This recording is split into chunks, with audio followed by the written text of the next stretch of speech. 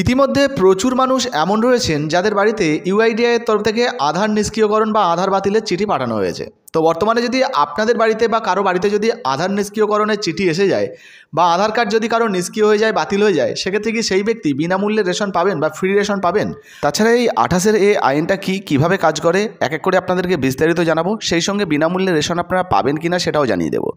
তো বর্তমানে আপনাদের বাড়িতে যদি এই ধরনের কোনো নোটিশ এসেও থাকে সেক্ষেত্রে আপনি কী করবেন সেটাও জানতে পারবেন। তাই ভিডিওটা একটু স্কিপ না করে পুরো দেখুন। আপনি যদি আমাদের চ্যানেলে নতুন আসেন অবশ্যই চ্যানেলটিকে সাবস্ক্রাইব করে পাশের বেল আইকনটি অন করে রাখবেন এই ধরনের গুরুত্বপূর্ণ ভিডিও সবার আগে পাওয়ার জন্য।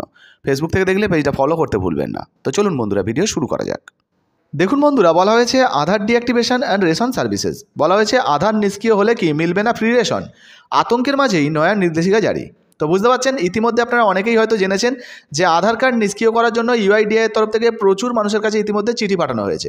তো এইরকম যদি আপনাদের আধার কার্ড নিষ্ক্রিয় হয়ে যায় সেক্ষেত্রে বিনামূল্যে রেশন কি আপনারা আর পাবেন নাকি পাবেন না? এই বিষয়ে নতুন কী নির্দেশিকা জারি হয়েছে এক এক করে আপনাদেরকে জানাবো। তারপরেও যাদের আধার কার্ড নিষ্ক্রিয় হয়ে গেছে বা চিঠি এসছে তারা কি করবেন সেটাও জানাবো। দেখুন, বলা হয়েছে বাংলার হাজার হাজার মানুষের আধার আচমকাই নিষ্ক্রিয় হয়ে গিয়েছে বলে দাবি করা হচ্ছে। সোশ্যাল মিডিয়ায় আধার নিষ্ক্রিয় হওয়ার নোটিশের ছবিও কিন্তু পাঠানো হয়েছে বা এখানে কিন্তু পোস্ট করা হয়েছে, যা সত্যতা অবশ্য আমরা যাচাই করে নিই। এরই মাঝে রিপোর্টে দাবি করা হচ্ছে আধার নিষ্ক্রিয় হওয়ার জেরে অনেকেই রেশন তুলতে পারছেন না। ব্যাংকের কাজেও সমস্যায় পড়তে হচ্ছে সাধারণ মানুষকে। তো বুঝতে পারছেন, বর্তমানে আধার কার্ডের সঙ্গে ব্যাঙ্ক অ্যাকাউন্টের লিঙ্ক না করলে বা কেওয়াইসি না করলে যেমন আমরা টাকা তোলাফেলা করতে পারি না, সমস্যা হয়, একইভাবে আমরা যখন বিনামূল্যে রেশন তুলতে যাই সেক্ষেত্রেও কিন্তু আঙুলের ছাপ অথবা আমাদের আধার কার্ডের সঙ্গে যে মোবাইল নাম্বার লিঙ্ক থাকে সেখানে যে ওটিপি আসে সেটা বসিয়ে কিন্তু আমাদের রেশন তুলতে হয়। তবে এবার আধারই যেখানে নিষ্ক্রিয় হয়ে যাচ্ছে সেখানে কিন্তু রেশন তুলতে সমস্যা হচ্ছে।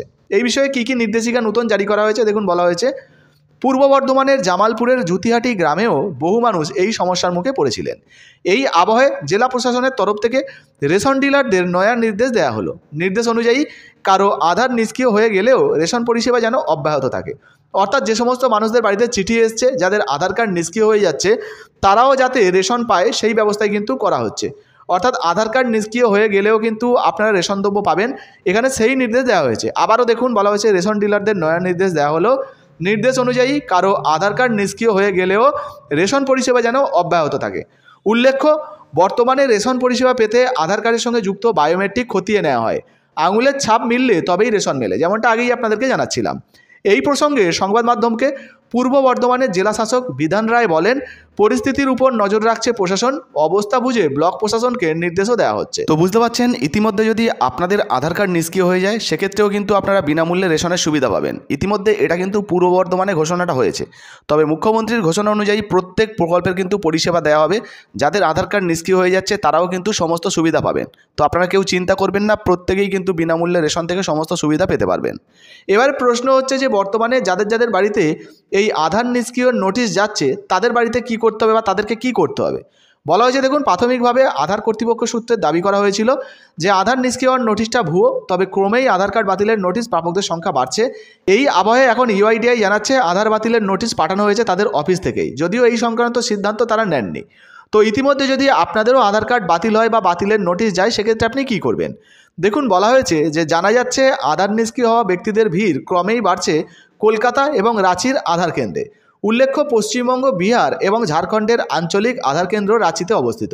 এই আবহে আধার কর্তৃপক্ষের তরফ থেকে বলা হচ্ছে এই নোটিশ তাদের অফিস থেকেই গিয়েছে, তবে এই নোটিশ পাঠানোর সিদ্ধান্ত নেওয়া হয়েছে অন্যত্র। এবারে জেনে নেব আধার আইনের 28-এর এ ধারাটি কি। দেখুন, বলা হয়েছে এই ধারা অনুযায়ী যদি কোনো বিদেশি ভারতে থাকার ভিসার মেয়াদ শেষ হয়ে যায় বা ভারতে তার প্রবেশ কিংবা বসবাসের শর্ত পূরণ না হয়ে থাকে তাহলে তার আধার কার্ডটা নিষ্ক্রিয় হতে পারে।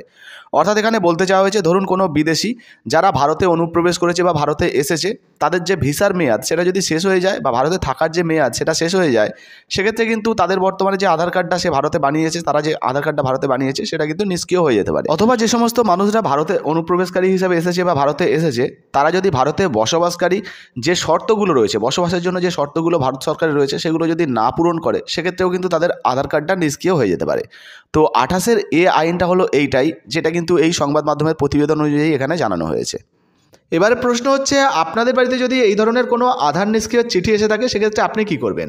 তো আপনাদের যদি আধার কার্ড নিষ্ক্রিয় হয়ে যায় সেক্ষেত্রে আপনাদের যে সমস্ত অন্যান্য প্রয়োজনীয় ডকুমেন্টগুলো রয়েছে, যেমন জন্ম তারিখ বা জন্মের সার্টিফিকেট, ঠিকানার প্রমাণপত্র, এই ধরনের যে সমস্ত ডকুমেন্টগুলো রয়েছে সেগুলো নিয়ে কলকাতার আধার অফিস অথবা রাঁচির আধার অফিসে যোগাযোগ করতে পারেন, অথবা আধারের যে হেল্পলাইন নাম্বার রয়েছে সেখানেও কিন্তু আপনারা ফোন করে কথা বলতে পারেন। এখান থেকে বিস্তারিত তথ্য কিন্তু আপনারা জানতে পারবেন, কীভাবে আপনাদের ডিঅ্যাক্টিভেট আধার কার্ড আবারও চালু করবেন সেই সমস্ত তথ্য কিন্তু এখান থেকে আপনারা জানতে পেরে যাবেন। ভিডিও ভালো লাগলে ভিডিওতে একটি লাইক দিয়ে ভিডিওটা অবশ্যই ফেসবুকে আর বেশি বেশি করে শেয়ার করবেন। নিজস্ব কোনো মন্তব্য থাকলে কমেন্ট বক্সে কমেন্ট করে জানাতে ভুলবেন না। ধন্যবাদ।